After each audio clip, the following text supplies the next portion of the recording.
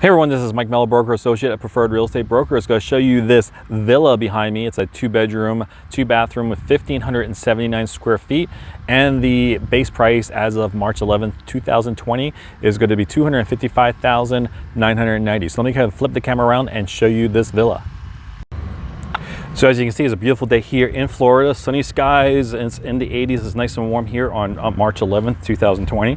As we go into this villa, we have obviously two sides to the home. So you have one side over here, one side over here.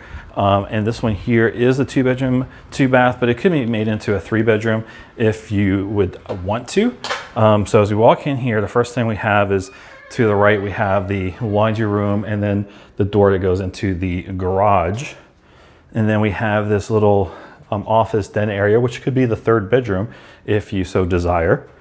And then we come over here, and this is the main living area with the kitchen, dining room, and family room. We'll show you that a little bit more in details later. We have a full bath here.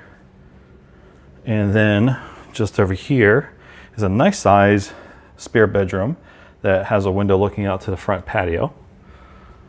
And then we go back to show you this living space. So we have the dining room and the family room. And then if I turn the camera around so you can see the kitchen.